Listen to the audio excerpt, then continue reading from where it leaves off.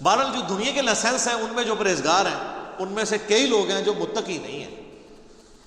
تو ہدی للمتقین، یہ ہدایت ہے ان کے لیے جو درج ہے.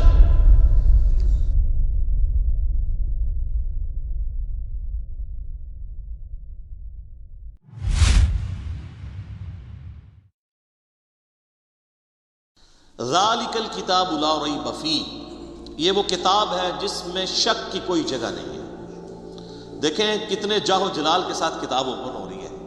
کانفیڈنس لیول آپ کتاب کا دیکھیں. کتاب سٹارٹ ہو رہی ہے کہ بھئی یہ کتاب جو آپ پڑھنے جا رہے ہو کوئی شک نہیں. کوئی شک کیوں نہیں؟ اس کی وجہ یہ کہ اس کتاب کے اندر جو کانفیڈنس اور جو سچائیاں بیان ہوئی ہیں نا وہ اپنا آپ منوا لیتی ہیں. اور اس میں یہ بھی امپلائڈ تھا کہ جو سابقہ امتیں ہیں نا، جیوز اور کرسچنز، ان کو اس میں کوئی شک نہیں ہے. جس طرح کہ سورہ الانعام میں آتا ہے کہ نبی علیہ السلام کو ایسے پہچانتے ہیں جس طرح اپنے بیٹوں. اور سورۃ الاعراف میں آتا ہے کہ یہ اس نبی کو، نبی امی کو اپنے اندر پا رہے ہیں جس کی صفات وہ تورات اور انجیل کے اندر پڑھتے تھے. یعنی یہ کتاب کوئی شک نہیں ہے کہ یہ وہی کتاب ہے. مراد یہ کہ یہ وہی کتاب ہے جس کی پروفیسیز تورات اور انجیل کے اندر موجود تھی. کوئی شک نہیں ہے. ان معنوں میں بھی بے شک یہ وہی کتاب ہے جس کا تمہیں انتظار تھا، اور ان معنوں میں بھی کہ یہ اللہ کی طرف سے نازل ہوئی ہے، اس میں کوئی کنٹراڈکشن نہیں ہے، یہ اللہ کی کتاب ہے. دونوں اعتبار سے یہ شک سے پاک ہے. جو سورہ النساء کی آیت نمبر 82 میں بھی آگے چل کے آئے گا کہ اگر قرآن کسی اور کی طرف سے آتا اللہ کے سوا تو تم اس میں بڑا اختلاف کثیر پاتے. یعنی اس کی آیات آپس میں ٹکرا رہی ہوتی، ایک مضمون کچھ اور کہہ رہا ہوتا، دوسرا اس کے بالکل اپوزٹ. تو اتنی موٹی کتاب بغیر ٹکراؤ کے یہ اللہ کا کلام ہے. اور پھر اس کا جو کانفیڈنس لیول ہے نا، یہ کئی لوگوں کو بڑا اپیل کرتا ہے. یہ عبد الرحیم گرین جو ہے نا، مسلمان ہوئے ہیں نا، جو اس وقت انگلینڈ کے اندر بہت بڑے ایک مسلمان اسکالر ہیں. وہ ایسا بندہ ہے کہ یعنی اس وقت جتنے لوگ مسلمان ہوئے ہیں نا، بڑے ہائی ٹیر پہ لوگ، ان میں اس طرح کا بندہ کوئی نہیں ہے. یوسف ایسٹس اگر ہیں تو یوسف ایسٹس جو تھے امریکن یعنی پروٹیسٹنٹ ایک پریسٹ تھے، مسلمان ہوئے. لیکن یہ جو عبد الرحیم گرین ہے نا، اس نے دنیا کے سارے مذاہب پریکٹیکلی پھرے ہیں. 4 سال تک بدھسٹ بھی رہے ہیں، کرسچن بھی رہے ہیں، سارے مذاہب پھر کے اینڈ پہ یہ اسلام کی طرف آئے. آپ ان کی لائف سٹوری بھی انگلش میں رکھی ہوئی ہے جو انہوں نے سنائی ہے. تو وہ عبد الرحیم گرین کہتے ہیں کہ جب مجھے قرآن میں یعنی جب میں نے پڑھنا شروع کیا نا تو میں یعنی قرآن پاک کے کانفیڈنس سے بڑا متاثر ہوا کہ یہ بڑے یعنی پیشن کے ساتھ بات کرتا ہے. نمبر 1. نمبر 2، وہ کہتا ہے قرآن میں اس طرح کا ربط نہیں ہے جو انسانی کتابوں میں ہوتا ہے، کیونکہ قرآن کا سٹائل خطبے کا ہے جو میں پہلے ایڈریس کر چکا ہوں.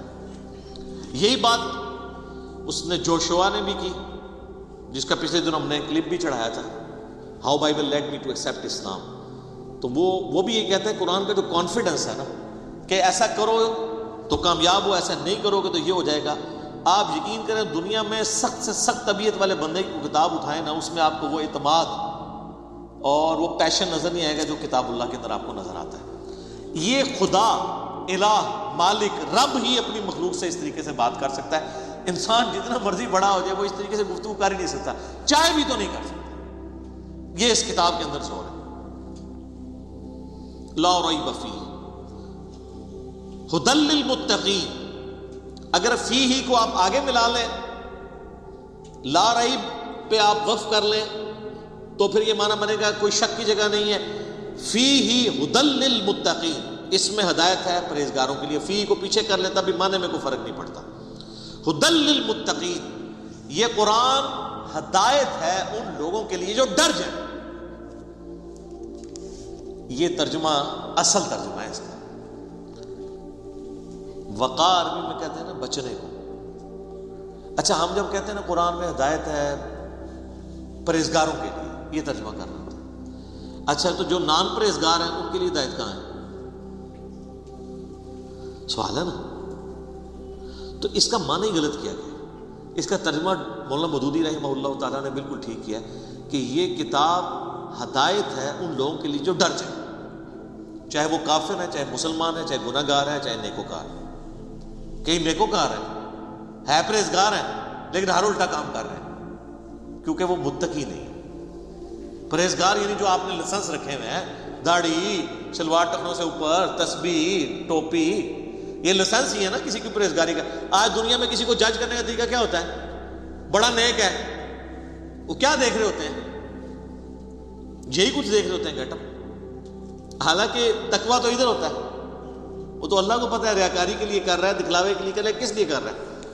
بہرحال جو دنیا کے لائسنس ہیں ان میں جو پرہیزگار ہیں ان میں سے کئی لوگ ہیں جو متقی نہیں ہیں. تو ہدی للمتقی, یہ ہدایت ہے ان کے لیے جو ڈر جائے. جو بھی ڈر جائے اس کو لیے قرآن کے اندر ہدایت ہے, اور جو نہ ڈرے اس کے لیے قرآن میں کوئی ہدایت نہیں. یہ بڑی خطرناک بات ہے. قرآن سٹارٹ اس سے لے رہا ہے کہ قرآن میں ہدایت اس کے لیے ہے جو ڈر جائے, اور جو نہیں ڈرے گا کوئی ہدایت نہیں. آگے چل کے آئے گا شہر رمضان الذی انزل فیہ القرآن ھدی للناس وبینات من الہدی والفرقان. رمضان کا مہینہ وہ ہے جس میں قرآن نازل ہوا ھدی للناس, پوری انسانیت کے لیے ہدایت ہے. وہاں تو متقی کا بھی ذکر نہیں آیا, پوری انسانیت چاہے کافر ہے چاہے مسلمان ہے. وبینات من الہدی, اور اس میں ہدایت کے بڑے بڑے روشن دلائل, والفرقان, اور حق اور باطل میں تمیز کرنے والی کتاب ہے. اچھا, یہ الفرقان نبی الاسلام بھی ہے. صحیح بخاری میں حدیث ہے محمد فرق بین الناس, محمد صلی اللہ علیہ وآلہ وسلم لوگوں میں حق اور باطل میں فرق ہے. یہ کتاب بھی الفرقان ہے. تو ھدی للمتقین ان کے لیے ہدایت ہے جو ڈر جائے. اس کا کیا مطلب ہے؟ کہ جو شخص زندگی میں غور و تفکر کے بعد اس رزلٹ پہ پہنچے کہ مجھے میری مرضی کے بغیر کسی نے پیدا کیا اور اس نے اس فیس آف ارتھ پہ مجھے پٹ کر دیا, اور یہ میری آبزرویشن ہے کہ سب لوگوں نے مرنا ہے, تو اگر سب لوگوں نے مر جانا ہے تو مر کے کس اگلی ایسی زندگی میں جانا ہے؟ اگر کسی کے بنائے سے ہم بنے ہیں تو پھر جس نے بنایا ہے اس کو رسپانس نہ کیا تو مرنے کے بعد جب اس کے سامنے پیشی ہوگی مرنے کے بعد تو کہیں شرمندگی نہ اٹھانی پڑے. جب یہ تصور کسی بھی انسان کے دماغ میں آ جائے, اس کا دل اس تصور کی گواہی دے دے, تو وہ فوراً ڈر جائے گا. یار مجھے کس نے پیدا کیا؟ میرے تو ماں باپ کو بھی نہیں پتا کہ مجھے کس نے پیدا کیا, وہ خود کیسے پیدا ہوئے. تو الٹیمیٹلی ایک خدا کا تصور آتا ہے نا. وہ اللہ جس نے ہماری مرضی کے بغیر ہمیں پیدا کیا, وہ ہمارے ساتھ کچھ بھی کر جائے ہمیں وہ بچا نہیں سکتا. سب سے بڑا تو اس نے ہمارے ساتھ کام کر دیا نا کہ پیدا کر دیا, ہم سے پوچھ کے کیا. تو اب بھی جو کچھ وہ کرے گا وہ کوئی نہیں کچھ کر سکتا. تو اس میں پھر آسانی کی راہ کیا ہے کہ اسی رب کی پناہ لے لی جائے, اور اسی کے لیے کتابیں نازل ہوئیں, پیغمبر آئے. اس سورۃ البقرہ کے پہلی 4 رکوع کے اندر پورے قرآن کا خلاصہ آ جائے گا. تو جب ایسا شخص غور و تفکر کرے گا نا تو فوراً اس کے اندر ایک ڈر پیدا ہوگا, یار میرا کیا بنے گا, کہیں میں نے جانا ہے, کسی کو منہ دکھانا ہے, میں کیا کروں. تو اس کے لیے پھر قرآن میں ہدایت ہے. ایسا شخص الٹیمیٹلی قرآن تک بھی پہنچ جائے گا, پیغمبروں کی تعلیمات تک بھی پہنچ جائے گا, اور ایسا شخص جب قرآن کو پڑھے گا تو اسے ہدایت ملے گی. فذکر بالقرآن من یخاف وعید, اے نبی علیہ السلام قرآن سے اسے نصیحت کرے جو اللہ کی دھمکی سے ڈر جائے. کتنی حیران کن بات ہے. نبی علیہ السلام کو منع کیا گیا جو دھمکی سے نہیں ڈرتا اس کے لیے کوئی نصیحت نہیں ہے.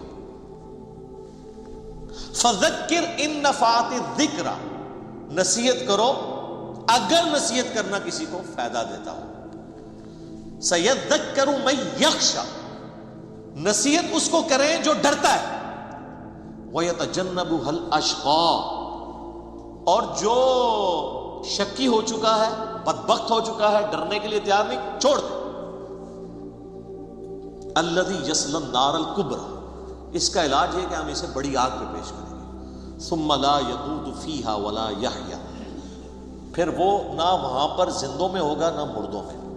قَدْ أَفْلَحَ مَنْ تَزَكَّى, بے شک کامیاب وہ ہوا جس نے اپنے نفس کا تزکیہ کر لیا, پاکیزگی کی روش اختیار کر لی.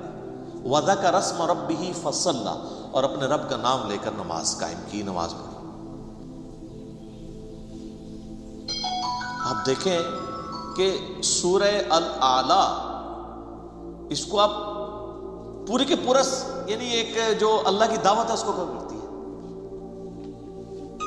بل تؤثرون الحیات الدنیا، لیکن تمہارا اصل مرض یہ ہے کہ تم دنیا کی زندگی کو ترجیح دیتے ہو، والآخرۃ خیر لک من الاولی، والآخرۃ خیر وابقی، جبکہ آخرت جو ہے وہ بہتر بھی ہے اور باقی بھی رہتی ہے۔ ان ھذا لفی الصحف الاولی، یہی ایک یونیورسل ٹروتھ اور کانٹے کی اصل بات تھی جو قرآن سے پہلے صحیفوں میں بھی نازل ہوئی تھی۔ صحف ابراہیم و موسیٰ، چاہے وہ ابراہیم کے صحائف ہوں چاہے موسیٰ علیہ السلام کے صحائف، ایک ہی کانٹے کی بات تھی، کیا؟ بل تؤثرون الحیات الدنیا والآخرۃ خیر وابقی۔ اب یہ بھی سر پھر ہم صحیح کہتے ہیں نا کہ کتابوں کا خدا اور ہے اور بابوں کا خدا اور، یہ کتابیں ڈسکس ہو گئی۔ اللہ اکبر۔ الذین یؤمنون بالغیب، وہ ڈر جانے والے لوگ کون ہیں؟ ان کی نشانی آئی ہے کہ وہ غیب پر ایمان رکھتے ہیں۔ غیب کہتے ہیں ان سین چیز۔ جو غیب پر ایمان نہیں رکھتا اس کے لیے قرآن میں کوئی ہدایت نہیں ہے۔ اچھا، غیب پہ سب نے ایمان رکھا ہوا ہے، لیکن جب ان سے پوچھیں گے تو پتا چلے گا واقعی رکھا ہوا۔ کسی بھی شخص سے اگر آپ پوچھیں کہ یہ جو دنیا کا سارا نظام چل رہا ہے، ایک بڑا سسٹمیٹک وے سے چل رہا ہے، یہ آرگنائزڈ ہے۔ اب تو جس طرح سائنس نے ترقی کی ہے، پہلے تو وہ زمانہ تھا لوگ کہتے تھے مٹی سے خود بخود ڈڈو بن کے نکل آتے ہیں، نہ اس وقت لوگوں کو ڈی این اے اسٹرکچر کا پتہ تھا نہ جینز کا۔ اب تو لوگ کہتے ہیں نا جی نا جناب، یہ تو پاسبل ہی نہیں ہے، زمین و آسمان کی ساری مخلوقات مل کے مٹی سے ڈڈو نہیں بنا سکتی، یہ بنانے سے بن رہا ہے، انڈے میں سے چوزا بنانے سے نکل رہا ہے۔ تو یہ اتنے آرگنائز چیز ہے، وہ کہتے ہیں نہیں جی کوئی ایک سپریم بینگ یا کوئی سپر نیچرل ایجنسی ہے جس نے ہر چیز کو ایک ٹریک کے اوپر چڑھایا ہوا ہے کہ ایک بیج بوتے ہیں 6 ارب گنا بڑا درخت بن جاتا ہے، اس بیج کے اندر جو زندگی ہے پھر اس کے اندر کس طریقے سے وہ پرفارم کرتا ہے، پتے پھر پھول نکلتے ہیں پھر پھل بنتا ہے، پانی کے ذریعے کیا کچھ ہو رہا ہے، یعنی ایک تو ایک ٹاپک ہے، اس پہ گھنٹوں بولا جا سکتا ہے۔ یہ ساری جو فزیکل فنامنا آف نیچر ہے، قانون قدرت ہے، جب ان کو آبزرو کرتا ہے نا تو غیب پہ سارے ایمان رکھے ہیں کہ نہیں یار کوئی چلا رہا ہے۔ پوچھے کدھر ہے؟ وہ کہتے ہیں ہمیں نظر نہیں آ رہا، لیکن وہ ایسا باطن ہے کہ اس سے زیادہ ظاہر کوئی نہیں ہے، اور ایسا ظاہر ہے کہ اس سے زیادہ باطن کوئی نہیں۔ اللہ اپنی قدرتوں سے کتنا ظاہر ہے، لیکن سب سے پوشیدہ ہے۔ تو یہ سب کچھ غیب کی طرف انسان کو لے جاتا ہے۔ تو وہ یقین کیے ہوئے ہیں ڈر جانے والے لوگ کہ یار کسی کے کرنے سے ہو رہا ہے۔ یہ جو ہارمنی ہے یونیورس کے اندر، سر اب جو کچھ ہمیں پتہ چل رہا ہے سائنس کی برکت سے، تو انسان پریشان ہو جاتا ہے کہ یہ نظام چل رہا کیسے۔ میں آپ کو صرف یہ بتاتا ہوں کہ سائنٹسٹ کہتے ہیں کہ اس کائنات میں اتنا بیلنس ہے کہ اگر ایک بال پوائنٹ کو اس کی نوک پہ کھڑا کر دیا جائے، یہ پاسبل ہے کہ نوک پہ کھڑا ہو جائے؟ بہت ہی زیادہ کچھ سوفسٹیکیٹڈ بیلنس ہو تو یہ پاسبل ہے، اور یہ 1 ارب سال یوں کھڑی رہے، گرے نا۔ اس سے زیادہ بیلنس جو ہے نا وہ اس کائنات میں ہے، اور یہ balance millions of fine tunings کے ساتھ چل رہا ہے۔ ایک ایک فائن ٹیون اگر خراب ہو جائے نظام نہیں چل سکتا۔ یعنی پانی کو اگر آپ دیکھیں تو پانی کی جتنی پراپرٹیز ہیں، کیمیکل پراپرٹیز، فزیکل پراپرٹیز، ہر ایک فائن ٹیون ہے۔ اس کی گریوٹی ڈسٹرب ہو جائے ختم۔ یہ فضا کے اندر جو آکسیجن اور نائٹروجن کی مقدار ہے، نائٹروجن زیادہ ہو جائے یا آکسیجن کم ہو جائے، کوئی زندہ رہ سکتا ہے؟ یہ بھی ایک فائن ٹیوننگ ہے۔ سورج کا زمین سے فاصلہ، یہ بھی فائن ٹیوننگ ہے۔ پھر سورج اور زمین کے درمیان جو اللہ تعالیٰ نے لیئرز رکھی ہیں، 99.99% ہارمفل ریز ہیں سورج کی، وہ نیچے آتی نہیں ہے، راستے میں ریپیل ہو جاتی ہیں۔ کچھ اگر کراس بھی کرتی ہیں ارتھ میگنیٹک فیلڈ کی وجہ سے ریپیل ہو جاتی ہیں، اور صرف وہی آتی ہیں۔ سر سائنٹسٹ کہتے ہیں کہ یہ میریکل پلانٹ بنایا گیا ہے اس لیے کہ یہاں پہ زمین پہ انسانیت کو آباد کیا جائے۔ وہ کہتے ہیں یہ پلان کے بغیر ہو ہی نہیں سکتا، اس کو لائف کے لیے، لائف ایگزسٹ کرنے کے لیے فیزیبل بنایا گیا۔ وہ کہتے ہیں سپریم بینگ یا مدر نیچر، کوئی بھی نام دے دیں، الٹیمیٹلی غیب پہ سب کے سب لوگ ایمان رکھتے ہیں۔ تو سر جب وہ اس طرح کے غائب پر ایمان رکھنے والے لوگ ہوں گے تو پھر الٹیمیٹلی ان کے اندر ایک کوالٹی پیدا ہو جائے گی کہ وہ اس گاڈ کو رسپانس کریں گے. وہ کہیں گے بس سب کچھ پھر تو ہی تو ہے، تیرے لیے سب کچھ ہونا چاہیے. تو وہ اگلی بات ہے وَيُقِيمُونَ الصَّلَاةَ، نماز قائم رکھتے ہیں. نماز پڑھتے نہیں ہیں، نماز پڑھنے والے بہت ہیں، قائم رکھنے والے بہت تھوڑے ہیں. یعنی نماز کا پھر حق ادا کرتے ہیں. ایک تو اس میں ظاہر ہے سب سے بہتر چیز وہی ہے، یعنی پاکیزگی کا اعتبار سے اور پھر پروٹوکول سے نماز پڑھنا. پھر اس کے بعد نماز پڑھنے کے بعد جب آپ حقوق العباد کے معاملات میں آئیں گے تو آپ واقعی جس خدا کو آپ نماز کے اندر مانے ہوئے تھے، نماز کے باہر بھی اسی خدا سے ڈرتے ہوئے آپ ہیرا پھیری نہیں کریں گے، ڈنڈی نہیں ماریں گے، رشتہ داروں کے حقوق نہیں دبائیں گے، ماں باپ کے ساتھ بد اخلاقی نہیں کریں گے، بیوی بچوں کے حقوق نہیں سلب کریں گے، کسی کی جائیداد نہیں ہتھیائیں گے، کسی کو دھوکہ نہیں دیں گے، دودھ میں پانی نہیں ملائیں گے، حرام خوری نہیں کریں گے. یہ سب کی سب چیزیں نماز قائم کروا رہی ہوگی آپ سے. تو نماز قائم کرتے ہیں. اور یہ جو الصلاۃ ہے نا جی، اس کا ترجمہ ویسے انگلش میں لوگ پریئر کر دیتے ہیں. پریئر اپروپریٹ ٹرانسلیشن بن ہی نہیں سکتی الصلاۃ کی.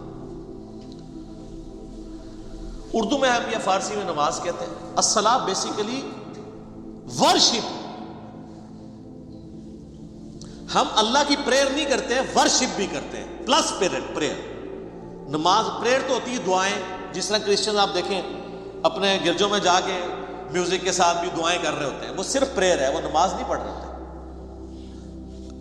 ہم نماز پڑھتے ہیں صلاۃ، جس میں پریئر بھی ہوتی ہے اور ورشپ.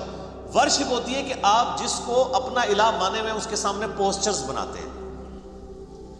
تو ہم اپنے خدا کے سامنے پوسچرز بناتے ہیں نا، قیام کی حالت میں کھڑے ہوتے ہیں، اس طرح بھی پوسچر بناتے ہیں، ایسے بھی پوسچر بناتے ہیں، چاہے وہ ربنا لک الحمد کے بعد بنا لیں یا قیام میں بنا لیں. پوسچر یہ بھی ایک بناتے ہیں ارسال الیدین والا. پھر گھٹنے پہ ہاتھ رکھ کے رکوع کی حالت میں اللہ کے سامنے پوسچر بناتے ہیں. پھر الٹیمیٹلی اپنا ماتھا زمین پہ رکھ کے پوسچر بناتے ہیں. پھر بیٹھ کے پوسچر بناتے ہیں. یہ سارے کے سارے جو پوسچرز ہیں ہماری ادائیں ہیں.